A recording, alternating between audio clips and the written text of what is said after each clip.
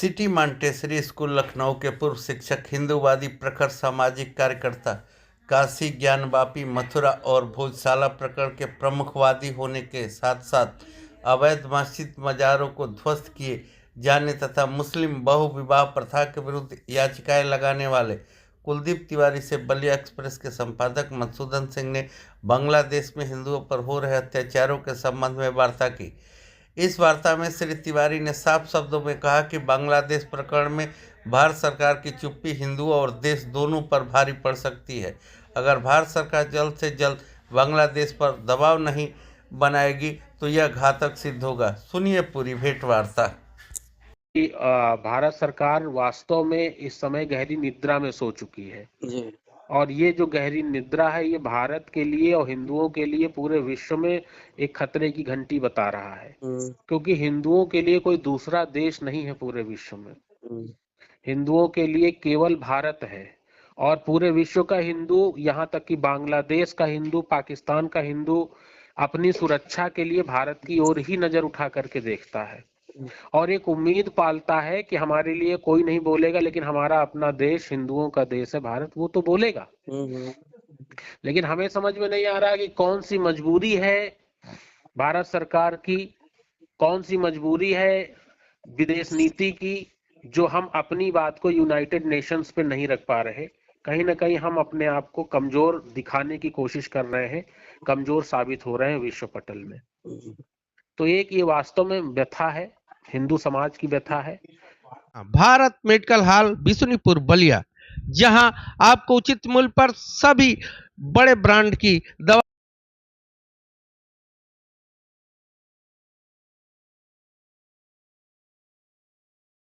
भारत का हिंदू बांग्लादेश पे अटैक करने नहीं जा सकता है, लेकिन भारत की विदेश नीति मजबूत हम मानेंगे अगर वो अपनी बात को रख पाए। बांग्लादेश की सरकार कोई इतनी बड़ी सरकार नहीं है। बांग्लादेश की सरकार जो यूनुस सरकार आई है वो अवैध सरकार है, गलत तरीके से बनी हुई अलोकतांत्रिक सरकार है, कब्जा करके बनी है। और अगर हम उसको भी घुटनों पर नहीं ला पाते हैं तो फिर हमारी ताकत विश्व के सामने बहुत कम हो जाएगी। ये एक मेरा एक वर्जन है। और हिंदू संगठनों के संबंध में देख, हम लोग सभी हिंदू संगठन इस समय आक्रोशित हैं, व्यथित हैं, दुखी हैं और मजबूरी यह है कि हिंदू समाज ने कभी भी अपने देश में आगजनी नहीं करी है। हिंदू समाज ने कभी तोड़फोड़ नहीं करा है, क्योंकि हमने देश की प्रॉपर्टी को अपनी प्रॉपर्टी माना है। तो हम सड़क पे उतर करके आगजनी जैसी स्थिति भारत में नहीं लाना चाहते, लेकिन हर हिंदू समाज, हर हिंदू संगठन के मन में एक आक्रोश है। हर हिंदू नेता छोटे से लेकर के बड़े तक दुखी और बड़ी आशा भरी नजरों से भारत सरकार, भारत के प्रधानमंत्री की ओर देख रहा है कि अगर हमारे प्रधानमंत्री विश्व में कुछ ना कुछ तो इस विषय को लेकर के करेंगे। लेकिन अगर ऐसी स्थिति आती है कि मजबूरी हो जाती है हमारी, तो हम सभी हिंदू संगठनों को मिलकर के कोई निर्णय लेना पड़ेगा।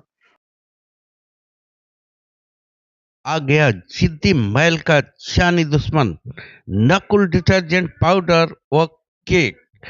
जी हाँ, जिद्दी मैल का जानी दुश्मन नकुल डिटर्जेंट पाउडर और डिटर्जेंट केक दो गुनी अधिक शक्ति के साथ, नए एडवांस फार्मूले के साथ नकुल डिटर्जेंट पाउडर और detergent cake. Shri Balaji advance detergent private limited, Kanpur का नकुल डिटर्जेंट पाउडर व केक। और मजबूरी बस हमको सड़क पे उतरना पड़ेगा, और जब हिंदू सड़क पे उतरेगा तो कानून व्यवस्था संभालना भारत सरकार के लिए भी मुश्किल हो जाएगा और उसकी जिम्मेदारी सिर्फ और सिर्फ भारत सरकार की होगी। तो इस ये देखा जाता है कि दूसरे जैसे किसी मुस्लिम देश पर किसी दूसरे देश का या दूसरे धर्म वालों का आक्रमण होता है, ये होता है, तो लोग उस देश के दूतावासों के समक्ष बहुत सारे प्रदर्शन शुरू हो जाते हैं, हर देश उस देश के खिलाफ। लेकिन अभी तक हम लोगों के किसी संगठन ने या इसका विरोध करने के लिए बांग्लादेश उच्चायोग के सामने और ये अपना विरोध प्रदर्शन उस हिसाब से नहीं किया अब तक। नहीं, ये समय की मांग है। अगर अगर देखिए, हम लोग पूरी तरीके से ये सोच रहे हैं कि किसी भी तरीके से भारत में हिंसा का माहौल ना खड़ा हो जाए, क्योंकि यदि हिंदू संगठन कोई अपने मन से एक्शन लेंगे तो क्रिया प्रतिक्रिया हो सकती है। तो सुरक्षात्मक दृष्टि से अभी तक हमने किसी भी हिंदू संगठन ने मेरी समझ से घेराव नहीं किया है, लेकिन अब अगर ऐसी स्थिति आती है तो हमको घेराव भी करना पड़ेगा, सड़कों पे उतरना पड़ेगा, और यदि मजबूरी बस हमको अपने बचाव में हिंसा का रास्ता बनाना पड़ा तो हम उसके लिए भी मजबूरी बस हमको आगे आना पड़ेगा। देखिए, इस्कॉन टेम्पल ने, जो वहाँ के महासचिव हैं बांग्लादेश के, बांग्लादेश इस्कॉन के, तो उन्होंने जो चिन्मयानंद जी जो वहाँ पे गिरफ्तार हुए हैं, चिन्मय प्रभु, जी जी। तो उनको कह दिया है कि हमारा इनसे कोई मतलब नहीं है, लेना देना नहीं है, और इनको इस्कॉन से हटा दिया गया था। तो ये भी बहुत आपत्तिजनक बात है कि जब ऐसी विपत्ति आती है तो अगर हम अपने हिंदू लोगों का साथ नहीं देंगे तो आखिर कौन आवाज उठाएगा हम हिंदुओं के लिए।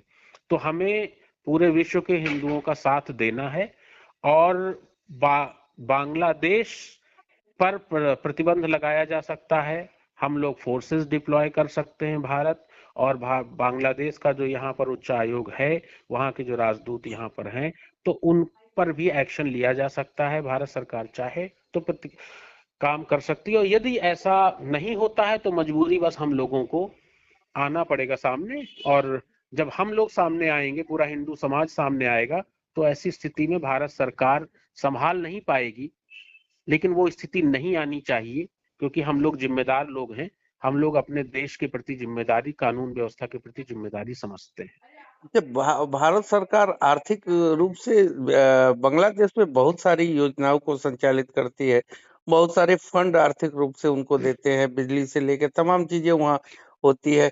हमारी कपास भी वहाँ जाती है तो वहाँ कपड़े बनते हैं, और हम ही को प्रतिस्पर्धा में वो हमारे सामने खड़े होते हैं। तो ऐसे में कौन कौन से जो हो सकते हैं, रोक हो सकती है, जिससे कि बांग्लादेश हम लोगों के सामने घुटने टेके? देखिए, बांग्लादेश की भौगोलिक स्थिति ऐसी है कि उसका आर्थिक ढांचा भारत पे बहुत हद तक निर्भर करता है, और यदि हम उस पे आर्थिक प्रतिबंध लगाते हैं, हम व्यापार पे रोक लगाते हैं, भारत से बांग्लादेश को बिजली जाती है, और यदि हम बिजली पे प्रतिबंध लगाते हैं और सरकार को मजबूर करते हैं वहां के हिंदुओं की रक्षा के लिए, तो निश्चित तौर पे बांग्लादेश घुटनों पे आएगा। और आर्थिक प्रतिबंध से बड़े बड़े देश टूटे हैं। बांग्लादेश की इकोनॉमी इतनी स्ट्रांग नहीं है। बांग्लादेश की इकोनॉमी भारत पर निर्भर करती है, उसका भौगोलिक ढांचा भारत पर निर्भर करता है। तो भारत सरकार को इसका एक्शन लेना पड़ेगा, आर्थिक प्रतिबंध भी लगाने पड़ेंगे, और आवश्यकता पड़ने पर फोर्सेस भी डिप्लॉय करनी चाहिए भारत सरकार को, और खुल करके बात करनी चाहिए बांग्लादेश से, बिना दबे हुए। और यदि हम अभी नहीं कर पा रहे हैं तो इसका फायदा पाकिस्तान भी उठाएगा। बांग्लादेश बहुत छोटा सा देश है, उसकी सेना बहुत छोटी है, अर्थव्यवस्था उसकी बहुत छोटी है। अगर हम उसको नहीं संभाल पाए तो भविष्य में इसका नुकसान हमको, इसका खामियाजा पाकिस्तान की तरफ से भी उठाना पड़ेगा। और चाइना भी हमारे ऊपर चढ़ाई करने के लिए तैयार बैठा है। चाइना भी कहीं ना कहीं भारत को दबाने की कोशिश करेगा। तो इस समय भारत को अपनी ताकत दिखाने का एक अच्छा अवसर है, जो विश्व पटल पे भारत अपनी ताकत दिखा करके बांग्लादेश जैसे एक छोटे से देश पर प्रतिबंध लगा करके उसको सही रास्ते पे ला सकता है।